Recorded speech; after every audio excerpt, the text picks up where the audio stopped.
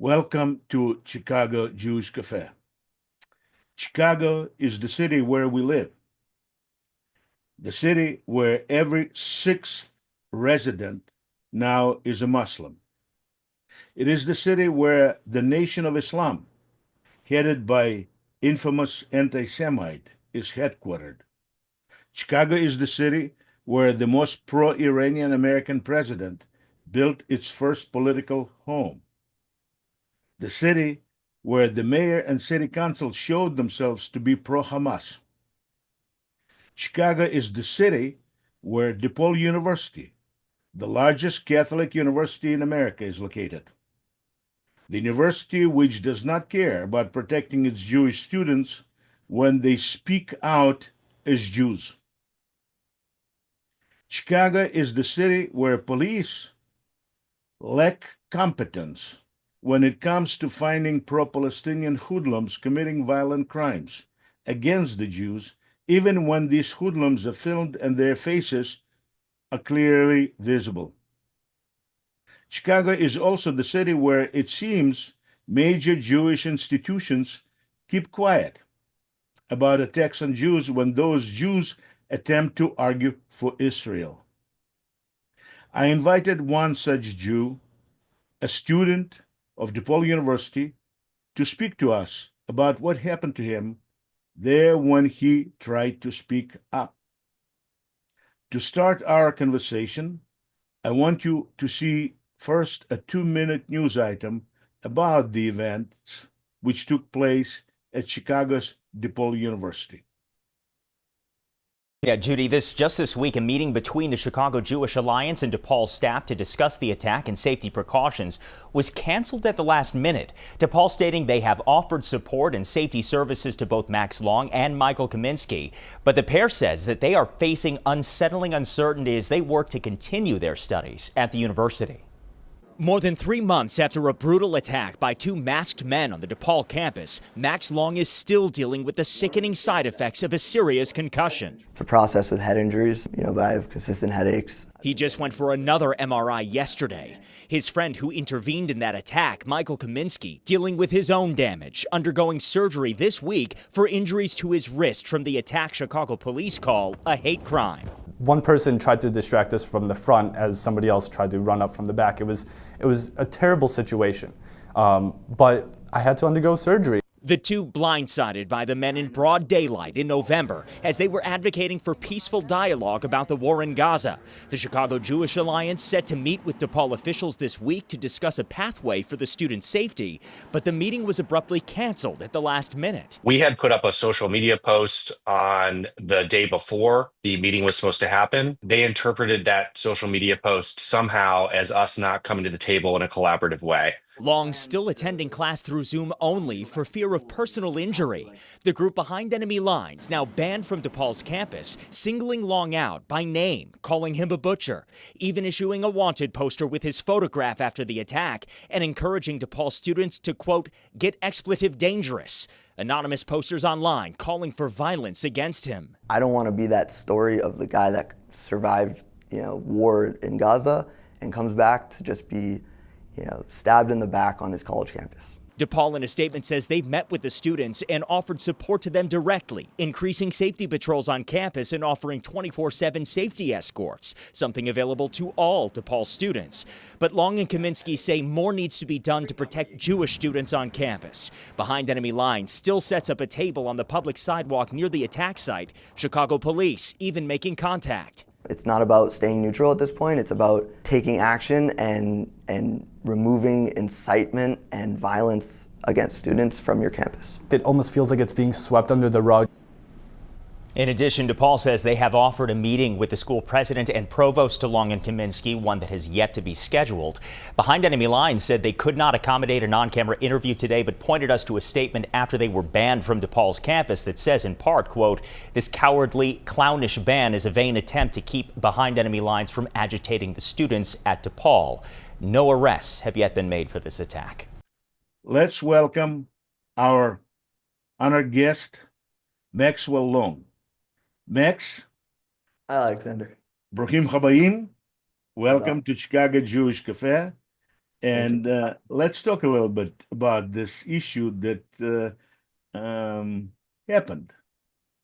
Yeah. What happened? I understand that you tried to talk to what pedestrians. Who did you? Yeah, in order to explain, what happened, I think it's important to mention what brought me there in the first place. Okay, So I'm an Israeli American Jew. I grew up in Boston. In my whole life, I've had a connection to Israel, a strong connection to Israel through my family and myself personally. And at the age of 18, I moved to Israel and enlisted in the IDF. As I served, how old are you now? I'm 27 years old. Yeah, so nine So years ago. Okay, yeah, so in 2015, I moved there and I enlisted into the army. And then after my service in 2018, when I got released, I stayed in Israel, and I continued, to work specifically in the nonprofit space, with helping individuals within our society there that are, lacking essential needs. next, did you move there on your own or with family? I moved there on my own, and I served in the army as it's called a lone soldier. And I was part of this community of lone soldiers are people that come from all over the world to serve in the IDF, understanding that it's part of our responsibility as as Jews to protect our homeland. And so it was really important for me, not just on the basis of defending our homeland, but also to witness firsthand what is going on over there.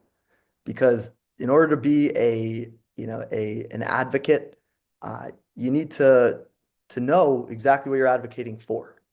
And so it was important for me to get a firsthand experience to understand, what is this idea of Israel and this what how do we as Jews, whether we're in the diaspora like Jewish Americans or anywhere in the world, what does Israel mean to us?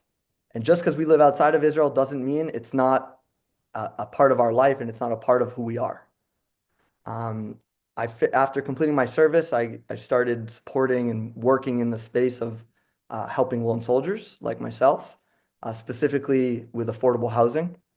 And that's what I was doing until October 2023, when, October 7th, and I was called up to reserves to respond to the horrific attack committed by Hamas and the other terrorist factions in Gaza, as well as a lot of quote unquote civilians that invaded southern Israel and slaughtered over 1,200 Israelis and kidnapped over 250 back into Gaza. And our team responded to that attack and continued into Gaza. Our job in Gaza was to deal with the tunnels. And everyone's heard about the tunnels and the complexity around them. And I was there. I saw it firsthand. And as someone who had seen it, I then come out of Gaza and I hear what's going on back in the US, specifically on college campuses. And my family's in the US. And to me, that was I needed to find a way to respond. At the same time, I had planned to move to Chicago and enroll at DePaul University to start working towards my degree and also to be closer to home, to be closer to my family. But more so to begin doing the work that I had set out to do in the first place when I moved to Israel, which is find my voice in how I want to advocate for our country and for our homeland. And so in September of 2024, it was around the time of Rosh Hashanah, I saw a rally for the martyrs that happened on campus. And I was shocked. After 9 years of living in Israel, I came back to see this, to see students holding up signs, pictures of Hamas terrorists that committed the very atrocities on October 7th. And I couldn't stand by. I couldn't accept that as what, as this is where the direction that we're headed as a society. And so I said, if they're going to bring these lies to the table, then I need to bring the truth, my truth, what I experienced firsthand and witnessed. So it was Rosh Hashanah. I went out with apples and honey. I wanted it to be a peaceful way for me to go out there and speak with students that want to talk and ask me questions as someone who was there. So I had a sign that said, "Come talk about Israel with an IDF soldier." And my goal was to have civil conversations, to show people what I went through and what I'm going through as as not just an Israeli, but as an American Jew on a college campus in America post October 7th. And so I would stand there and I started having conversations and I would hand out apples and honey. And it was going really well. I would have, Jewish, non-Jewish students coming up to me, thanking me for being there, asking me questions. I was showing them videos of, myself standing in front of a camera, looking inside of Gaza, and you see me speaking in English, looking into a terror tunnel, and then showing a plaque of a UNRWA school to show exactly where we were. And you can't make that up. And when students would look at me, then look at me in the video, they would say, "Why don't more people know about this?" And that's when I realized this is impactful. This is effective. A lot of these students would walk away allies. And I saw that this form of advocacy works. I continued going out there once a week. On occasion, I would have other students that would, stand with me and stand there with me to show that they stand in support of Israel and in support of what it is that I'm doing there. And What months it was? it started in September. It was the first end of September was the first time I went. September 23 or 24? 24. And it was after, so at the first time I went out on Rosh Hashanah, I was giving out apples and honey, having great conversations, and a student comes up to me, and he had an angry look on his face. And as he was approaching, I put my hand out to shake his hand, and the other hand with apples and honey. And I said, "Would you like some apples and honey for the new year, for the Jewish New Year?" And his response was, "Do I look like a Jew?" And my response was, "Well, what does a Jew look like?" And all he said was, "Burn in hell." And then he walked away. I continued standing there. And then later on, he actually came back with about 15 of his friends. And they all stood around, heckling me, screaming at me, accusing me of things I did not commit and As I understand, it was 15 Arab friends, right? I don't know to say that they were all Arab. 15 friends, that's all I know to say. But again, they weren't asking me questions. They were there just to yell and agitate and not to have effective dialogue. But I also knew that, this is also an opportunity because and I would say, if anyone has any questions, I'd be happy to answer. And the reason I was so, I remained so calm and composed is because I know that the people that were standing around not asking me questions, those are the ones that I'm really talking to. And by showing them that I'm not this aggressive IDF soldier that that fits that stigma that they've been told all about, but I'm really just a young person that cares and that has been through a lot of challenges and hardships and has witnessed a lot, but is also, taking a stand against misinformation. Because I was there and I witnessed it firsthand and I felt comfortable speaking out because it's the truth and you can't make that up. So it was after that event that I continued going back once a week, seeing how effective it was. And again, I wanted to be a positive force on campus, to really show that dialogue is the only way to actually get anywhere and actually accomplish something. And so what had happened was each week that I would go back, I would have some students stand with me. Some days I'd be alone. And on the event on November 6th, I was out there and my friend Michael. No, November 6th? Yep, November 6th, Not, 2024, not October 6th, November 6th. November So 6th. 1 month after the October 7th, right? Right. Yep. Anniversary. Mhm. Yes. And so I was out there in my usual spot, and Michael, another Jewish student, was standing next to me. And we were having great conversations with people. Everything was going well. And all of a sudden, I see someone approaching me wearing a ski mask. And it was unusual. You know, when do you see someone wearing a ski mask and a t-shirt? It was off. And so, again, I was there to engage in dialogue with anyone who approached me. So when he approached me, I, immediately kind of took a little step back just to make sure that he wasn't too close to me. Um, during the conversation, I asked him, once I realized that he was actually asking me questions, I even put out my hand to try to shake his hand, which he did shake my hand. Um, and the goal behind doing that was to gauge whether or not, is he here to have dialogue, or is he here to, to get violent? And by shaking my hand, I kind of took that as uh, looking back, it was a mistake, but I saw that as, well, he might actually want to have a conversation. But again, I kept my distance to remain safe. Um, and as we're talking, we talked for about 4 minutes. 4 minutes, no one approached us to ask, why are you wearing a ski mask? 4 minutes where even I asked him to take off the mask and he didn't want to. And about, 4 minutes in, out of nowhere, an accomplice that clearly his friend, came up from behind me. My back was to him, and he began the assault, hitting me in the back of the head. I did not see it coming, and by the time, Hitting you from the back with bare hands or with some. so from my understanding, it was with his fists in the back of the head, and then I somewhat hit the ground with my face and lost consciousness.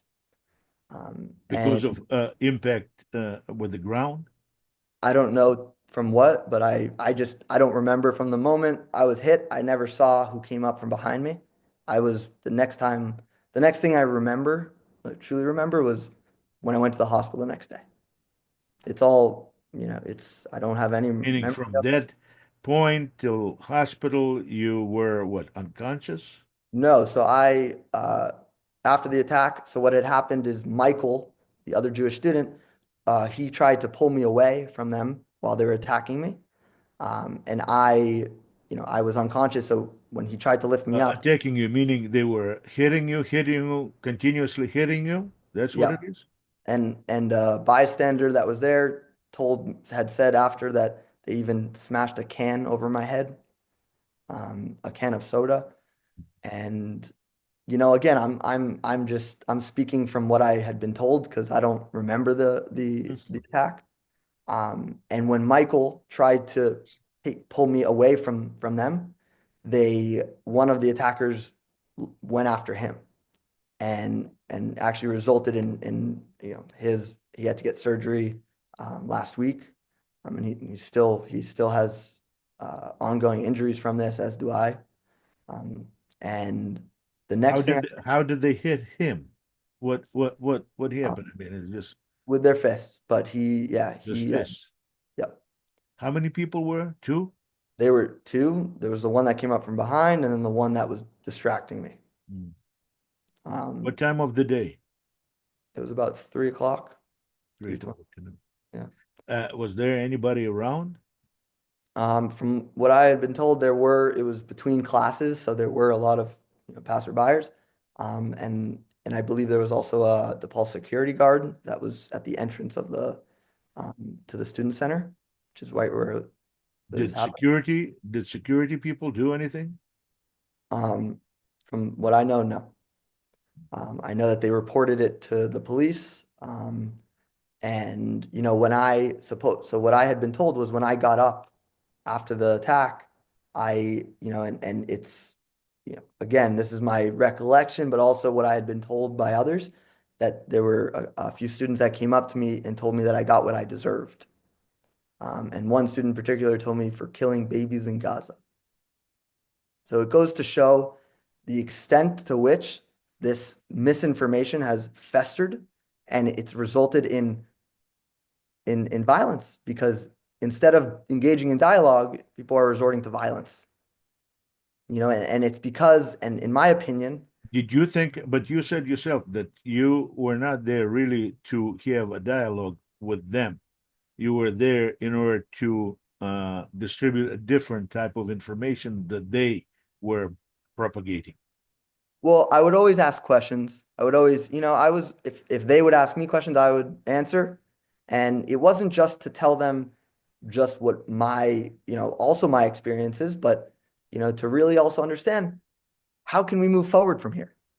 If we're not engaging in some sort of dialogue on this, that's not happening at a higher level. So it's got to start somewhere, and you'd expect. So you actually did want to talk to Yeah. supporters of Hamas. If they would actually talk to me, then I was ready to talk to Then them. you would talk to them, huh? Yep. And I would even shake their hand. And that was why was I ready to do that? Because again, I'm not going to change their minds, and I know that. But it's all of those other students around them that don't necessarily have an opinion on the matter. And those are the voices that we need on our side. They need to understand that supporting Hamas is they're on the wrong side of history.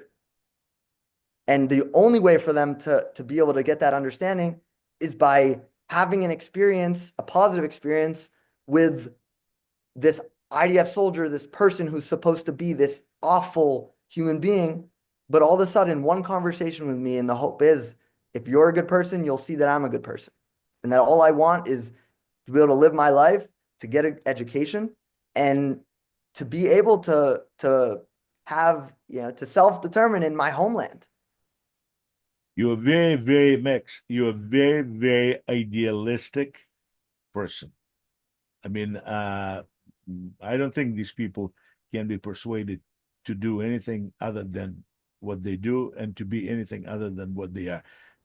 Some things may happen in their own lives that change their behavior, but simply because of conversation, I don't think anything can be affected.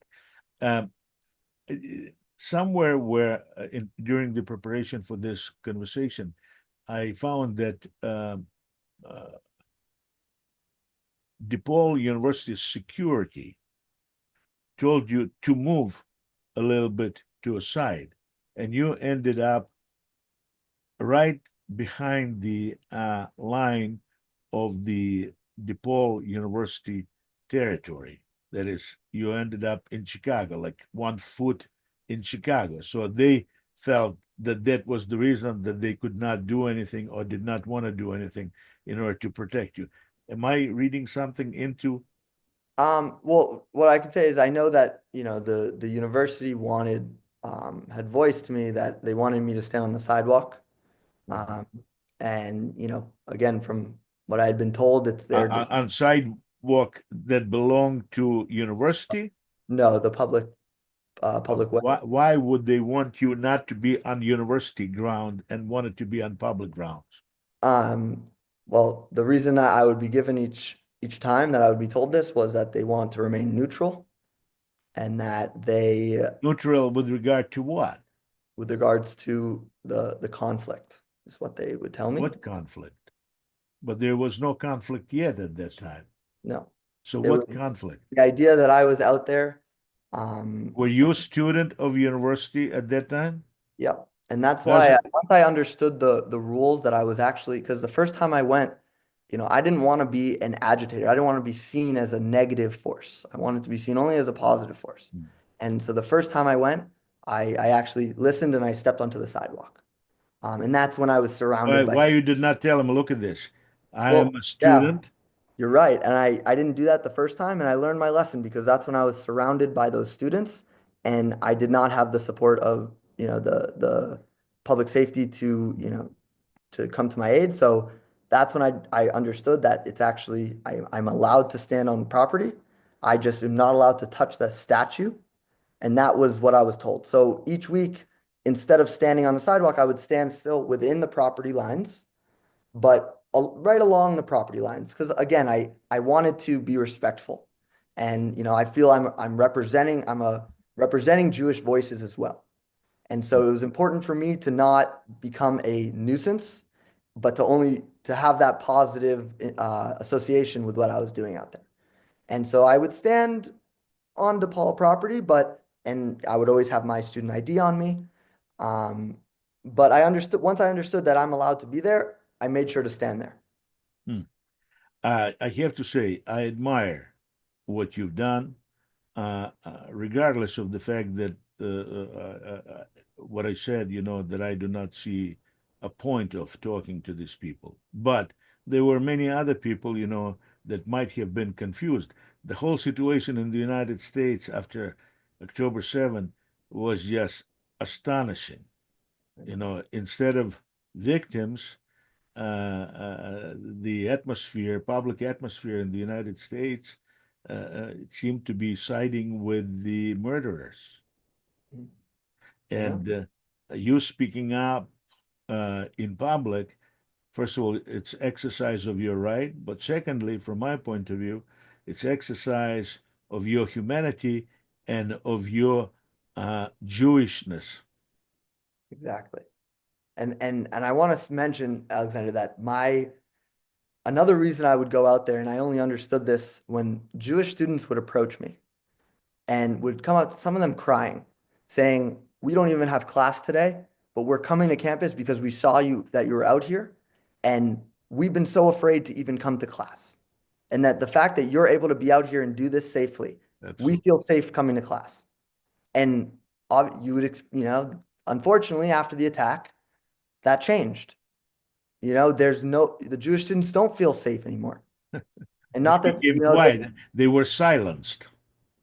through me, it was, and I think, and that's when you ask my opinion on it, they saw the effectiveness of what I was doing. They saw that I was, creating what now we see as what I thought was a safe atmosphere, showing Jewish students that we can be ourselves and be proud to be Jews. That wasn't the case, that it's not so safe on campus to do that. Maxwell, this is students, and I feel sorry for them. I mean, because they act not the right way from my point of view. But there is another type of people that does not make me feel good, and that is JUF, Jewish United Fund. That is the organization that unites all Jewish organizations in Chicago.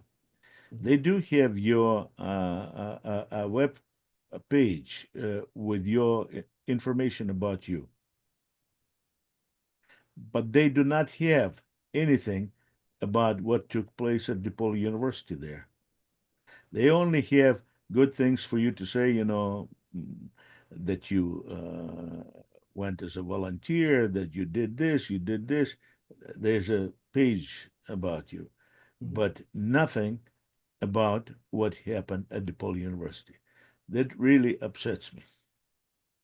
So I can tell you that, I am working with the organizations throughout Chicago, including the JUF, including Chicago Jewish Alliance, who has been, Chicago Jewish Alliance has been incredible. And the organizations that have really come together, and I can say it has been a good feeling to see that, how the Jewish organizations have really, Including JUF? yep, including JUF. Look, again, each organization has their, their niche and where their focus is within What this. is Chicago Jewish Alliance? Chicago Jewish Alliance is another organization based out of Chicago who, what they're doing is exactly this. They're bringing the voices back to the community. So they are there to empower the Jewish voices at DePaul and at colleges all around Chicago and all around Illinois. And it really is this incredible community that has of support that I've gotten and that Michael has received after the attack has been incredible. And so I do want to really, mention that because it is really important. You, And you, that, ma- but you made me today a little bit happier than I was before Yeah. this conversation. Look, I do want to say that I do think there needs to be way more collaboration. And this is an issue. I run a nonprofit myself called Growing Wings, and I support lone soldiers in Israel. And we also do a lot of advocacy work, which is, I want to mention, it's something really positive that actually came out of this awful, awful event, which was, I decided that I'm not going to stay silent, that this is happening all over the country, and Jewish students don't feel safe speaking out, and it's being brushed under the rug. And so my hope was going out on the news with Michael will encourage others that have experienced this to speak out and to take a stand. And what do you know? That's exactly what happened. And not just from Jewish students who contacted me. October 7th survivors of the Nova Festival, IDF reservists that are living in the States, waiting to go back for reserves whenever we're called, injured IDF soldiers. They reached out to me saying, "Hey, we heard what happened, and we have stories too. We have stories that we want to share." And so from that, what I started to do, I established with two other co-founders, Strong Voices for Israel. Mhm. And what we do is we're now sending these speakers all around the country. We're focusing on non-Jewish communities, so churches, any mosques that will even invite us. We'll go anywhere. We want to get to Did those. any mosque invited you? Not yet, but I hope to one day get that invitation. And I'll tell you why, because our interfaith and Christians and our interfaith allies are critical. If we don't have, and not just their prayers, but their voices, we need their help to amplify our voices I as a have to minority say, in this country. I have to say, among Muslims, there has to be some people, at least I know of some, who understand the situation properly. I mean, we have a simple issue here. They claim to be spiritual descendants of Abraham. Abraham, on insistence of Sarah, sent away Ishmael. And the reason he sent him away was only one. So there wouldn't be war, there wouldn't be fight for the land. The land belonged to Isaac and his offsprings, not Ishmael. And Ishmael accepted it. And many Muslims know the story. And at least maybe 5% understand it and feel that this is their guide to their living. And I hope that there's going to be more than just few percentages, but many more. This is very important. But you see, if we can reach that 5%, we can maybe grow that 5% to more. But until we reach those individuals, and it might be a challenge post October 7th. It's been a challenge to, I can't say I've been successful, in that side, but You've I been very, very successful, Max. Look at this. I invited you because I've read about you and because I admire what you've done. thank you. So, what you've done, regardless what other people think, including me, you've done as a human being and as a Jew, you've done it first of all for yourself. You showed yourself to be a mensch. That's more than anything. Thank you. In any case, so what we're gonna do next, right below this video, I'm gonna put some links there to several articles about this thing, and if you have anything to add, we're gonna add to it as well. Yeah, Yes. so I would love to attach. So what we've created a website, strongvoicesforisrael.org. Will And be we have done. a contact form there for any communities that want to invite a speaker to come and share their story. We have speakers all over the country, and it would be an honor to And I'm gonna do something extra. I do not know how effective it's gonna be. I'm gonna send this video to about six and a half thousand people on a mailing list of my publishing company. Amazing. we'll see if there's going to be any response, and hopefully there will be. And if they do get it, hopefully they'll pass it to somebody else, to their agree. students or colleagues, whatever it is. I keep yourself strong, keep yourself safe, and I'm glad that fear did not scare you into silence. So, עם הנצח לא מפחד מדרך ארוכה. So the nation of Israel is not afraid of a long road. And I would say that to myself throughout the entire war, and throughout all the challenging But it's not only the nation of Israel that people of should Israel. not be afraid. Every member of that nation should not be afraid. Exactly. We live and we die. And our death is the summary of our lives. Mhm. And so far, by and large, we've done okay. Anyway, Max, Thank you. nice talking to you. And hopefully it's not the last time. Yep. And keep it up. Thank Am you. Israel Chai. Am Yisrael Chai. Thank you so much. Bye-bye. See you.